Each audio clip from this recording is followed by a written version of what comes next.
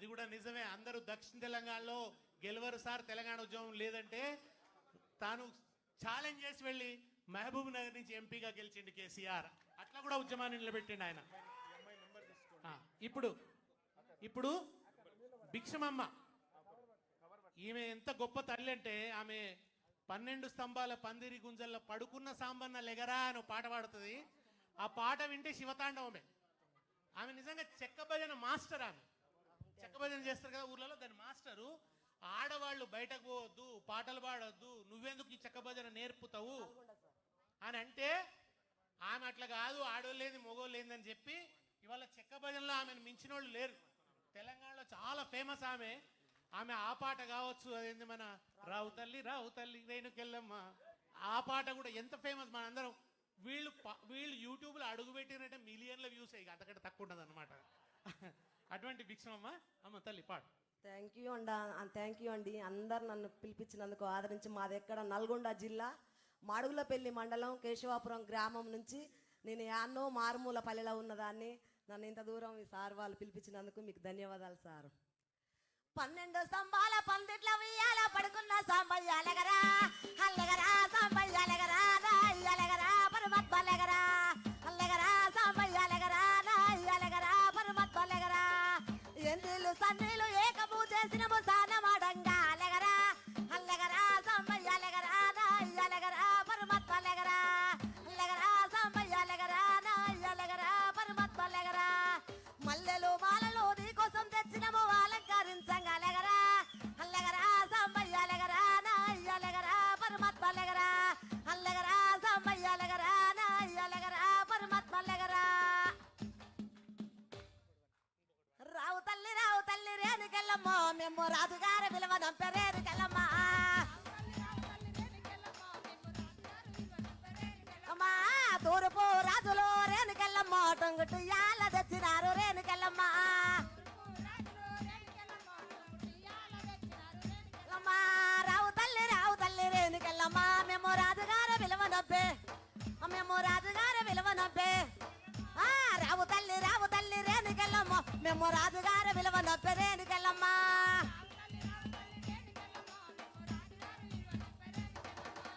అన్నలు మనం చాలా పోగొట్టుకున్నాం. అన్నో మనకేసి అరే అన్నా, అన్నో మనకేసి అరే అన్నా. చుట్టము చూపులే అన్నా మన ఇంటికి వస్తాడన్నా, చుట్టము చూపులే అన్నా మన ఇంటికి వస్తాడన్నా. పెదవాళ్ళకు కూడా అన్నా పేరెళ్ళి ఉన్నాడన్నా, మన ఆపది సోపతి కన్నా మన ఆదుకుంటాడన్నా, మన ఆపది సోపతి కన్నా మరి ఆదుకుంటాడన్నా. అది భిక్షమమ్మ గొంతు. ఆకాశాన్ని అంటే శృతి ఆమెది, పక్క కోరసి వస్తుంది. లక్ష్మక్క లేదా? గురియవన్నె సీరగట్టి గుద్దినట్టు గోసిపెట్టి గున్నవోయ గుమ్మడొల్ల సిన్నది. ఆ పాట పాడిన లక్ష్మక్కను కూడా పిలిచినాం. వచ్చిందా అమ్మా? అవునమ్మా. అయితే ఆమెను మళ్ళీ ఇంకొక సందర్భంలో చేసుకుందామా? మరి మీరున్నారా? కుటుంబం ఉన్నారా? రా తల్లి రా. లక్ష్మక్క తరఫున ఏమవుతామమ్మా నువ్వు? పాప ఇక్కడి దాకా వచ్చిన తర్వాత ఆమెకి ఏదో కొంచెం ఆరోగ్యం ఇబ్బంది అయింది. పెద్ద మనిషి ఆమె. కూర్చో తల్లి కూర్చో. నువ్వు పాడతావు ఆ పాట? గురియవన్న సిరగట్టి ఒక బ్యూటిఫుల్ డిక్షన్ ఉంటుంది. అది మనకు రాదది. నిజంగా తెలుగును బతికించేది ఎవరంటే మంచి తెలుగును వీళ్ళే. తెలుగు భాష బతకాలంటారు కదా. ఇగో వీళ్ళ నోటి దగ్గరికి పోయి దోశలు పెడితే అద్భుతమైన తెలుగును భిక్ష పెడతారు ఈ గాయనులు. ఇప్పుడు ఈ కార్యక్రమ నిర్వాహకులు మన నాయకులు దేశపతి గారిని సార్ సన్మానిస్తారు.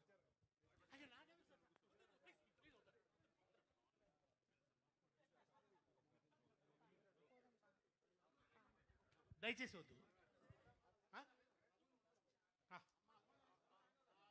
కొద్ది అయినాక ఇప్పుడు నీకు కష్టం. ఇది వాళ్ళు ఒక్కసారి నువ్వు రామన్న ఒక్కసారి 5గురితో మీ ఫోటో తీసుకుంటారు, 4గురితో. ఇది తీసే నిలబడి తల్లి. కొంచెం అందరూ అటు జరగాలి కొద్దిగా. అమ్మ తల్లి చెప్పు. తర్వాత ఇప్పుడు వాడడానికి కుదరదు.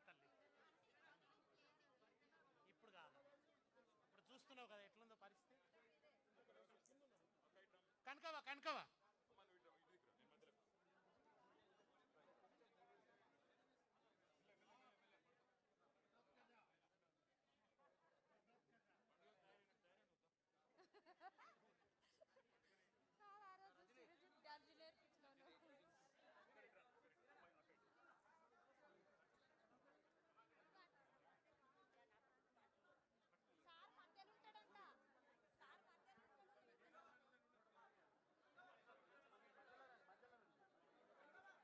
తీ తీ తీ తీ తీ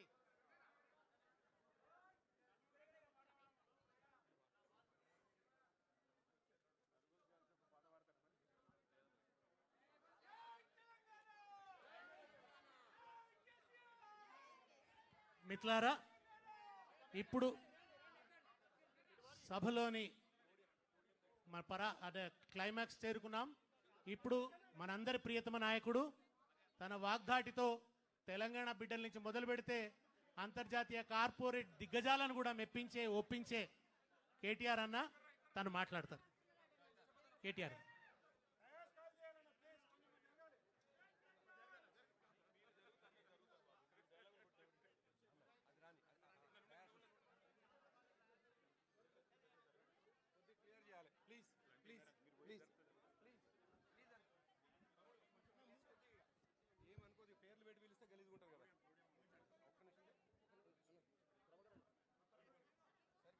అందరికీ నమస్కారం. జై తెలంగాణ. కేసీఆర్ గారి నాయకత్వం. జై తెలంగాణ. తెలంగాణ అమర వీరులకు ఇక నలుగురు ఆడబిడ్డలు పాటలు పాడిన తర్వాత మళ్ళీ ఏం మాట్లాడినా కూడా సరిపోదు. అయినప్పటికీ కొంత చిరు ప్రయత్నం. పెద్దలందరికీ నమస్కారం. వేదిక పైన గౌరవనీయులైన మాజీ మంత్రివర్యులు ఉన్నారు, గౌరవ పార్లమెంట్ సభ్యులు ఉన్నారు, గౌరవ శాసనసభ్యులు ఉన్నారు, శాసన మండలి సభ్యులు ఉన్నారు, పార్టీ యొక్క పెద్దలందరూ ఉన్నారు. వారందరికీ కూడా హృదయపూర్వకంగా నమస్కారం. ఒకరి పేరు చెప్పి ఒకరి పేరు చెప్పకపోవడం భావ్యం కాదు. కాబట్టి దయచేసి అందరికీ, ఇక్కడికి విచ్చేసిన ప్రతి ఆడబిడ్డకి, ప్రతి అన్నకు, ప్రతి తమ్ముడికి, మా పత్రికా మిత్రులకి, తెలంగాణ ఉద్యమంలో కూడా వారు కూడా ఆనాడు టీజేఎఫ్ పేరు పెట్టి పోరాడిన మా కలం వీరులకు కూడా హృదయపూర్వకంగా అందరికీ తెలంగాణ ఆవిర్భావం సందర్భంగా వారికి శుభాకాంక్షలు తెలియజేసుకుంటూ, మరి ఇన్ని పాటలు విన్న తర్వాత ఒకసారి కేసీఆర్ గారు రాసిన ఒక పాటను కూడా మీకు గుర్తు చేయాల్సిన బాధ్యత నా మీద ఉందని నేను అనుకుంటా ఉన్నా. ఆనాడు ఉద్యమ స్ఫూర్తిని నింపడానికి ఎవరిలో కూడా మరి మళ్ళీ తెలంగాణ వస్తుందా అనే అనుమానం ఉన్న వారందరి అనుమానాలు పటాపంచలు చేయడానికి కేసీఆర్ గారు స్వయంగా కలం పట్టుకొని రాసిన పాట ఒక చరణం. సిపాయిల తిరుగుబాటు విఫలం అయ్యిందని, సిపాయిల తిరుగుబాటు విఫలం అయ్యిందని అనుకుంటే వచ్చేదా దేశానికి స్వాతంత్రం, రాజీ లేని పోరాటమే విజయం సాధిస్తుంది, ముమ్మాటికి తెలంగాణ రాష్ట్రం వచ్చి తీరుతుంది. ఇది కేసీఆర్ గారు రాసిన పాట. ఇదెవరో వేరో కవో కళాకారుడో రచయితనో రాసిన పాట కాదు. స్వయంగా కేసీఆర్ గారు తాను కలం బట్టి, ఇది ఒక్కటి కాదు. కేసీఆర్ గారు ఇందాక దేశపతి గారు చెప్పినట్టు ఎన్నో వందల సందర్భాల్లో కవులతో, కళాకారులతో వందల గంటలు గడిపి వారితో, ఎందుకంటే ఒక పాట 1000 మాటలతో సమానం కాబట్టి వారి నుండి ప్రేరణ పొంది ప్రజల్లో ఉత్సాహాన్ని నింపడానికి తాను చేసిన ఎన్నో పాత్రల్లో అదొక పాత్ర. కళాకారుడిగా, కవిగా, రచయితగా కేసీఆర్ గారు ఎన్ని అద్వితీయమైన పాత్రలు పోషించినారో ఆ 14 ఏళ్ల ఉద్యమ ప్రస్థానంలో మీ అందరికీ తెలుసు. అయితే ఇందాక దేశపతి గారు మాట్లాడుతుంటే ఆయన అన్నారు పుష్కర తెలంగాణ అని. మరి పుష్కర తెలంగాణ ఇవాళ ముష్కరుల పాలైంది. పుష్కర తెలంగాణ దురదృష్టవశాత్తు ముష్కరుల పాలైంది. ఆ రోజు పుష్కలంగా ఉన్న తెలంగాణ ఈరోజు నిష్ఫల తెలంగాణగా మారిపోయే పరిస్థితి వచ్చిందని చెప్పి సోదరుడు కవి గాయకులు దేశపతి గారు చెప్తా ఉంటే బాధ అనిపిస్తూ ఉంది. సరే, ఏదేమైనప్పటికీ ఒకటి వాస్తవం. నాకు ఈ సందర్భంగా ఒక చిన్న ఉదంతం గుర్తొస్తున్నది. ఒకనాడు మనం ఇంకా అధికారంలో ఉన్నాం, 2018 ఆ ప్రాంతంలో. ఆ రోజుల్లో నాకు ఒక ప్రముఖ సినిమా డైరెక్టర్ ఫోన్ చేసినాడు. ఫోన్ చేసి, నేను కేసీఆర్ గారి మీద ఒక సినిమా తీయాలనుకుంటున్నానండి, కేసీఆర్ గారి పోరాటము, కేసీఆర్ గారి జీవితము, ఆయన మీద ఒక సినిమా తీయాలనుకుంటున్నాను నన్ను అడిగిండు. అడిగితే నేను అన్నాను, అది నేను సమాధానం చెప్పలేని ప్రశ్న సార్, నేను సార్ని అడుగుతాను, అడిగి వారి సమాధానం మీకు చెప్తా అని చెప్పిన. సో నేను సార్ దగ్గర పోయి సార్ ఇట్లా ప్రముఖ దర్శకుడు, ఆయన తీస్తా అంటున్నాడు, సినిమా తీస్తా అంటున్నాడు, మరి మీ సమ్మతి కోసం మీ అనుమతి కోసం అడుగుతున్నాడు అన్న. సార్ ఏమన్నాడంటే, అరే ఇప్పుడే కాళేశ్వరం పూర్తవుతుంది, ఇంకొక సంవత్సరం అయితే అయినాక చేద్దాము, తొందరొద్దు, సంవత్సరంన్నర అయితే అయిపోతుంది, బాగుంటుంది. కాళేశ్వరం అనే ఒక అద్భుతమైన, ఎందుకంటే సాగునీరు లేని తెలంగాణలో గోదావరి నీళ్లు మన బీళ్లకు మళ్ళితే దానికంటే మించిన ఆనందకరమైన దృశ్యం ఏముంటుంది, కాబట్టి కాళేశ్వరం ప్రాజెక్ట్ అయినాక చేద్దామని చెప్పు అన్నాడు. నేను అదే మాట దర్శకుడికి చెప్పిన. ఆయన అన్న మాట ఏం తెలుసా నాతో ఆ రోజు, సార్ కాళేశ్వరం కట్టొచ్చు, ఆ తర్వాత పాలమూరు రంగారెడ్డి కట్టొచ్చు, ఇంకోటి కట్టొచ్చు, ప్రపంచంలో ఎక్కడ లేని అద్భుతాలు కేసీఆర్ గారు ఆవిష్కరిస్తారు కావచ్చు, కానీ నాకు వాటన్నిటితో పట్టలేదు సార్. నాకు స్ఫూర్తి ఏంది, ఈ సినిమా తీద్దాం అనుకునేందుకు నాకు ఉత్తేజం ఎక్కడ కలిగింది అంటే, అన్ని ప్రతికూలతలను మొత్తాన్ని ఛేదిస్తూ అల్టిమేట్గా మిషన్ ఇంపాసిబుల్ అనుకున్న తెలంగాణను కేసీఆర్ ఏదైతే సాధించిండో, నా దృష్టిలో జూన్ 2, 2014 అతిపెద్ద విజయం సార్ కేసీఆర్ది. ఇక ఆ తర్వాత ఆయన ఏం చేసినా ఎన్ని చేసినా నాకు అది పెద్ద ముచ్చట కాదు సార్ అన్నాడు. ఇంకా ఆ మాట అంటూ ఇంకొక మాట అన్నాడు ఆయన, కేసీఆర్ అనే 3 అక్షరాల ముందు సీఎం అనేది చాలా చిన్నది సార్, చాలా చిన్న పదవి అది, కేసీఆర్ అనే 3 అక్షరాలు లేకుంటే ఇలా తెలంగాణ ఎక్కడిస్తారు అన్నాడు. నేను ఇదే మాట కేసీఆర్ గారికి చెప్పిన. చెప్తే ఆయన నిజంగానే ఆశ్చర్యపోయాడు. నిజంగా మాట అన్నాడా అన్నాడు. అవును సార్ అట్లే అన్నాడని చెప్పిన.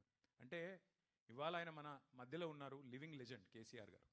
కాబట్టి కొన్ని సందర్భాల్లో మనకు కొన్ని విషయాలు, కొంతమంది వ్యక్తులు, వారు చేసిన పోరాటాలు, వారు చేసిన సాహసాలు మనకు ఆ నిమిషానికి, ఆ రోజుకి, ఆ క్షణంలో అర్థం కాకపోవచ్చు.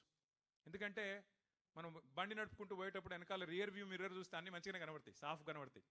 ఇవాళ తెలంగాణ సిద్ధించిన 12 ఏళ్ల తర్వాత చాలా అల్కగా ఎవరు పడితే వాళ్ళు నోరే కదా, నరం లేని నాలుకనే కదా అని చెప్పి ఇష్టం వచ్చినట్టు మాట్లాడుతున్నారు. కానీ ఆ రోజు జరిగిన పోరాటం, ఆ రోజు చేసిన త్యాగాలు, ఆ రోజు పడ్డ కష్టం, ఆ రోజు అమరవీరుల బలిదానాలు, ఇవి లేకపోతే ఇవాళ మనకి ఈ ఫ్రీడమ్ ఉండేది కాదు, ఈ స్వాతంత్రం ఉండేది కాదు, తెలంగాణ ఉండేది కాదు అనేది అక్షర సత్యం. అందుకే కుట్రలను ఛేదించి, కుతంత్రాలను అధిగమించి, దేశ రాజకీయ వ్యవస్థనే మెప్పించి ఒప్పించి ఒక సుదీర్ఘ స్వప్నాన్ని సాకారం చేసుకున్న ఒక అద్భుతమైన ఘట్టం ఈరోజు ఆవిష్కరించబడ్డ రోజు మన జూన్ 2, 2014.